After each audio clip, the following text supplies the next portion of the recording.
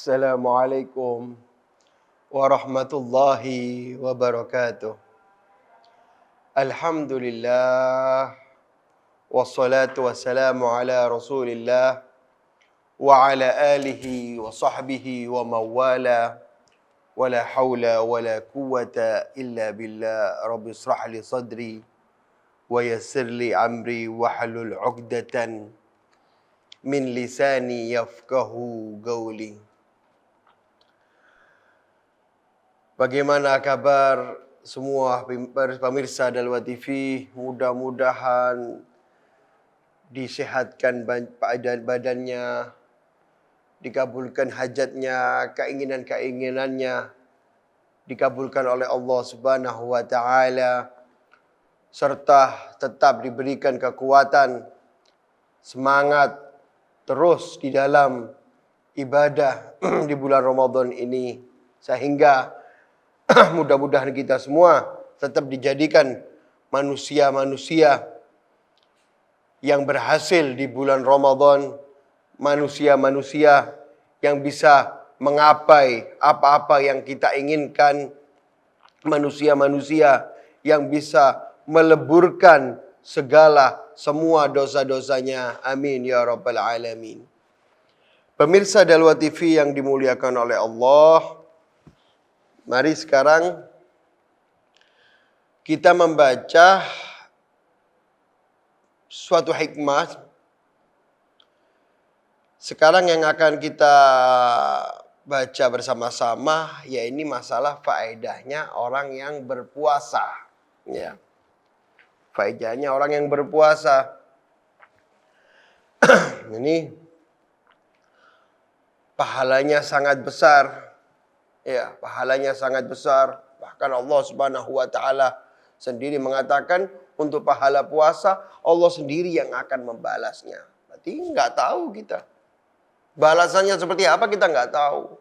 Maka sungguh rugi siapa-siapa yang tidak perhatian dengan puasa, khususnya di puasa Ramadan ini. Mari kita baca bersama-sama. Hukiyah An Sufyan Ats-Tsauri radhiyallahu anhu qala. Diceritakan bahwasannya Al-Imam Sufyan Ats-Tsauri,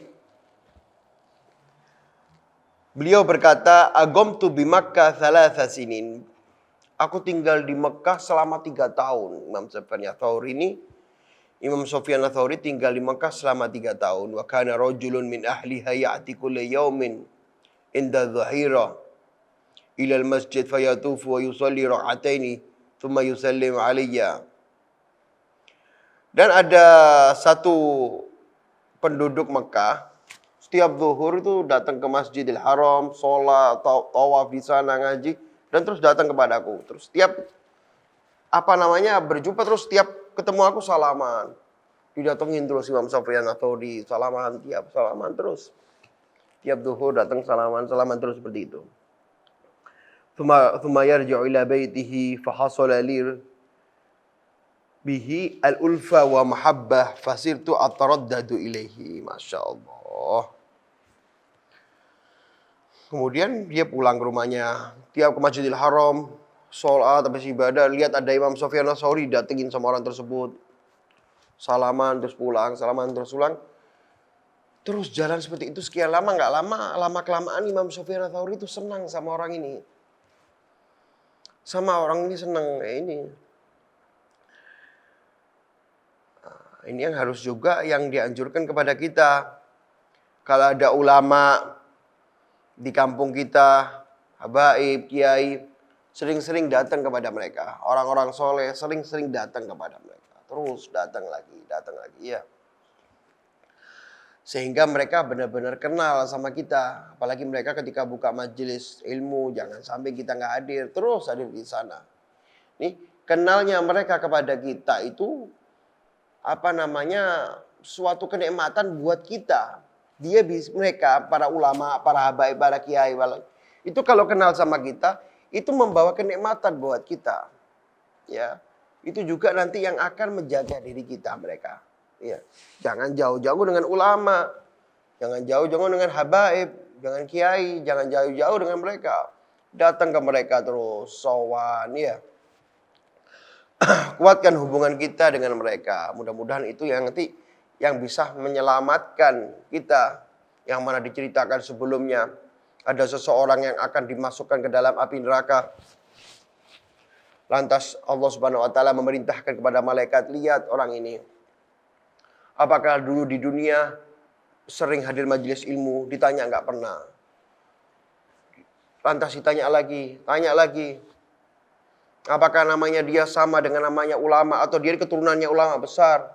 Lantas ditanya orang yang mau dimasukkan neraka, kamu ini masih keturunannya ulama atau bukan? Ditanya bukan. Terus sampai lahir dikatakan, apakah orang ini senang dengan ulama? Dikatakan tidak. Lahir tanya lagi kepada dia, apakah dia senang sama orang yang senang ulama?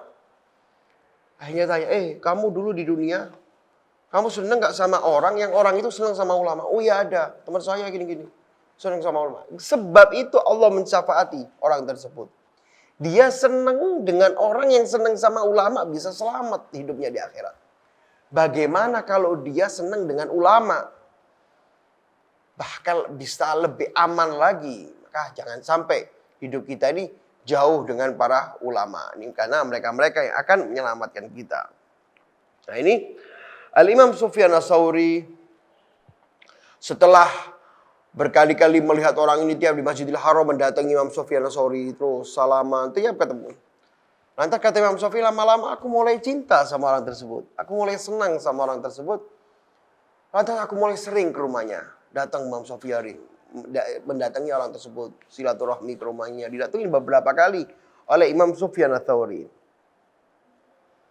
Tsumma yarji'u ila baitihi wa sala ulfa muhaddathatin ataraddadu ilaihi. Fahasala lahu maradun fada'ani. Dan suatu hari orang Makkah tersebut sakit.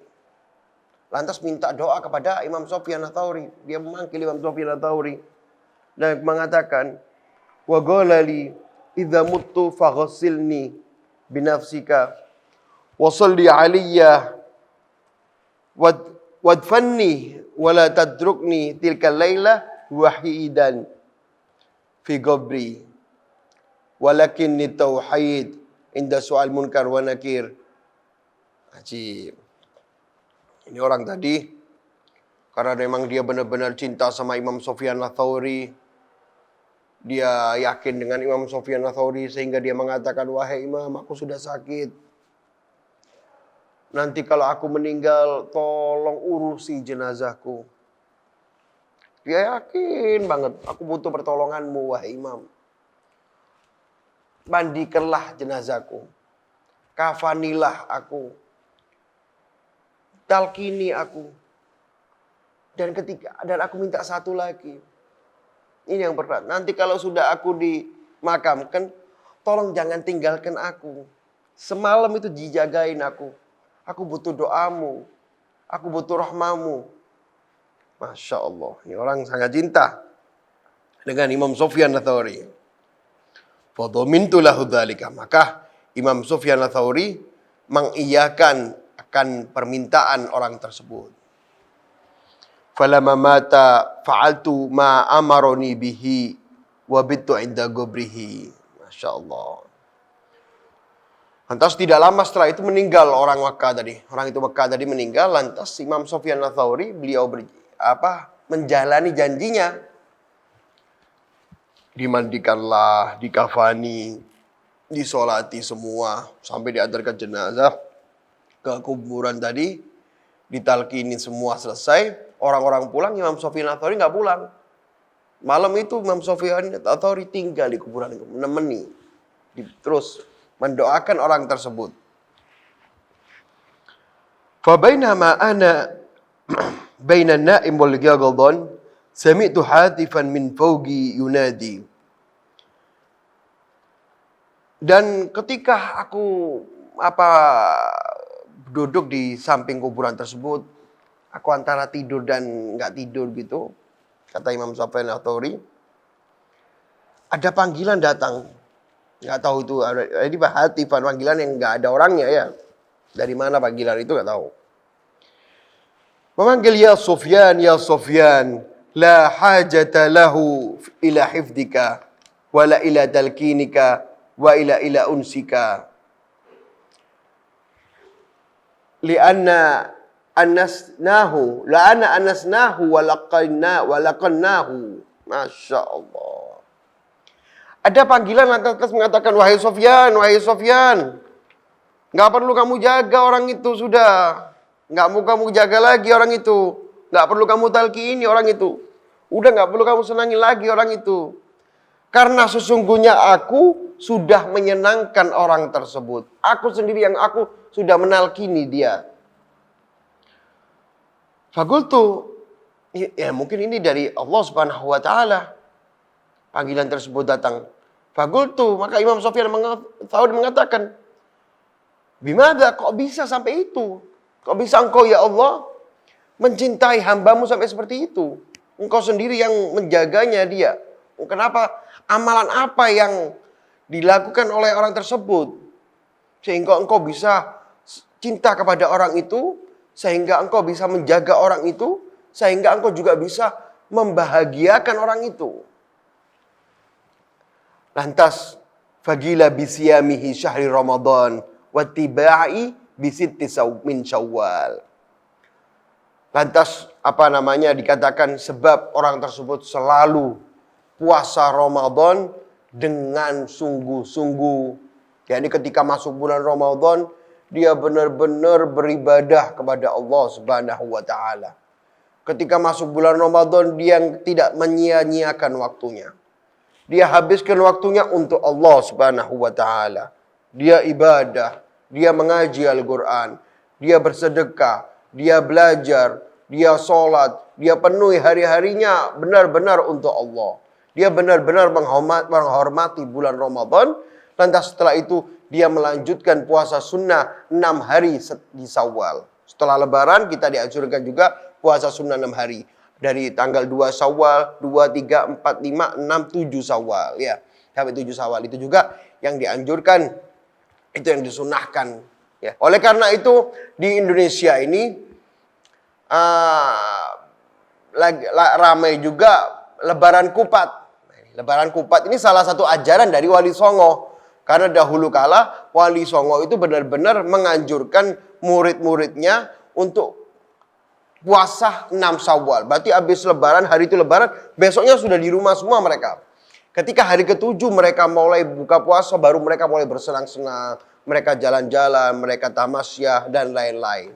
Makanya dibilang Lebaran Kupat gitu. Itu Lebaran Kupat asal mulanya dari ajaran Wali Songo ya. Dari ajaran Wali Songo. Nah, bagi mereka yang nggak mampu, ini pahalanya juga sangat besar. Bagi mereka yang tidak mampu, puasa 6 Syawal berturut-turut dibolehkan oleh ulama dibagi-bagi. Yang penting tetap di bulan Syawal ya. Sehari, sekarang 2 hari, nanti minggu depan 2 hari lagi. Yang penting tetap di dalam bulan Syawal disunahkan dia puasa 6 hari. Kalau bisa dipaskan dengan di hari Senin dan Kamis. Berarti selain dia puasa sunnah Syawal, juga dia puasa dapat mendapatkan pahala puasa Senin Kamis. Kalau bisa mau lebih-lebih lagi, dipaskan dengan Ayyamul Bid. Ya, Ayyamul Bid itu tanggal 13, 14, 15 bulan Zulhijjah. Ya, di bulan Arab tanggal 13, 14, 15 kita disunahkan puasa. Nah, kalau kita orang kampung itu makan besar pahalanya, kita dapat pahala puasa sunnah Syawal, kita dapat pahala puasa Senin Kamis, kita juga mendapatkan pahala sunnah puasa Ayyamul Bid. Lihat orang tersebut, dia selalu kontinu puasa Ramadan dengan sungguh-sungguh, ibadah sungguh-sungguh, tidak bermaksiat di bulan Ramadan, lantas dia melanjutkan dengan puasa 6 hari di bulan Syawal, sehingga orang tersebut mendapatkan kemuliaan yang sangat-sangat tinggi di sisi Allah Subhanahu wa ta'ala. Hadirin pemirsa Dalwa TV, jangan kemana-mana, tetap di Alkisah. Mari kita lanjutkan lagi nanti kisah daripada orang tersebut. Wassalam.